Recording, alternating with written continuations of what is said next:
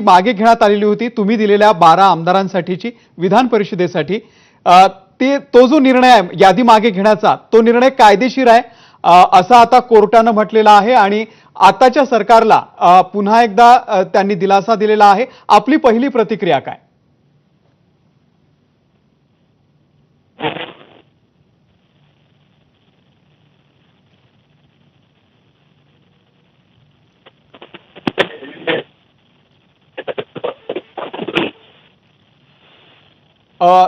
दानवेजी माझा आवाज तुमच्यापर्यंत पोहोचतोय?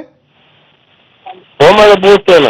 हां, कॅबिनेट मध्ये यादी मागे घेण्याचा जो निर्णय होता सरकारने घेतलेला, तुम्ही 12 आमदारांची जी यादी राज्यपालांकडे दिलेली होती ती यादी मागे घेतलेली होती सध्याच्या सरकारने आणि तो निर्णय योग्य होता असं आता कोर्टाने म्हटलेलं आहे।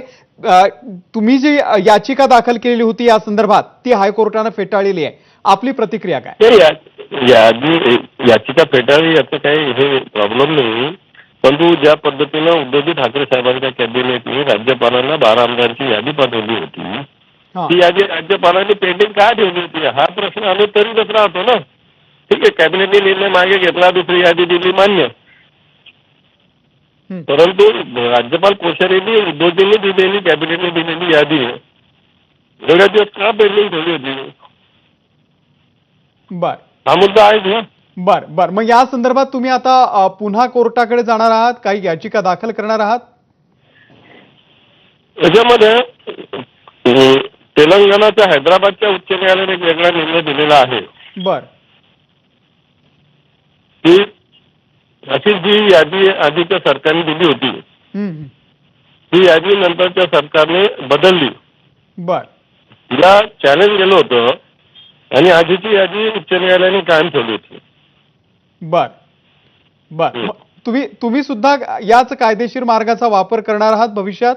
बघूया आता पूर्ण निर्णय येऊ द्या, याच्याविषयी निश्चित विचार करू। आपल्यासोबत भाजपचे नेते प्रवीण दरेकर सुद्धा आहेत। प्रवीण दरेकरजी, तुम्हाला कोर्टाने दिलासा दिलेला आहे असं म्हणू शकता, कारण कॅबिनेटमध्ये जी यादी मागे घेतलेली होती तुम्ही महाविकास आघाडीच्या सरकारनं ज्या 12 आमदारांची विधान परिषदेसाठी राज्यपालांकडे यादी दिली होती ती याचिका जी आहे ती आता कोर्टाने फेटाळलेली आहे, तुम्हाला दिलासा दिलेला आहे। तुमची प्रतिक्रिया काय? नाही, मी सर्वप्रथम कोर्टाचं त्या ठिकाणी मनापासून आभार व्यक्त करतो, कारण लोकशाहीमध्ये आपण सारेजण त्या ठिकाणी कोर्टाचा निर्णय हा अंतिम त्या ठिकाणी मानतो आणि त्याच्यामुळे मला वाटतं की कोर्टानं दिलेल्या निर्णयानंतर तरी आपण तो स्वीकारला पाहिजे। कारण साधं गावचा एखादी सत्ता बदल झाला तर गावचा सरपंच किंवा ती कमिटी सुद्धा त्या ठिकाणी निर्णय चेंज करते, गावच्या हितासाठी त्या ठिकाणी योग्य तो परिस्थितीजन्य अशा प्रकारचा निर्णय घेते। इथे तर आपण बघाल की राज्याचं विधिमंडळ किंवा कॅबिनेट यांनी त्या ठिकाणी घेतलेला निर्णय होता आणि मग जर सत्ता बदल झाल्यानंतर त्या ठिकाणी कॅबिनेटने जर एखादा निर्णय घेतला असेल आणि राज्यपालांकडे शिफारस केली असेल तर ती आपण स्वीकारली पाहिजे। परंतु या ठिकाणी आम्ही केलेली गोष्ट चुकीची, बेकायदेशीर, त्या ठिकाणी मारून मुटकून केलेली अशा प्रकारचे एक चित्र रंगवण्याचा प्रयत्न केला होता।